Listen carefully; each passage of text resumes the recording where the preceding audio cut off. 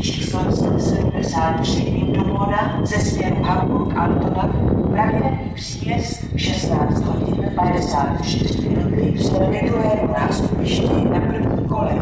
Vlak dále pokračuje ve směru Wien-Meidling, Wien-Neustadt, Bruck an der Ruhr a Villach Hauptbahnhof. Pravidelný odjezd v 17 hodin 2 minuty. K příchodům a odchodům z nástupiště použijte výhradně průchod. Přestupujte do mezistátního vlaku Eurocity číslo 137 Moravia směr Budapešť Kelety Bayernwar, který odjede od nástupiště číslo 4 z 10.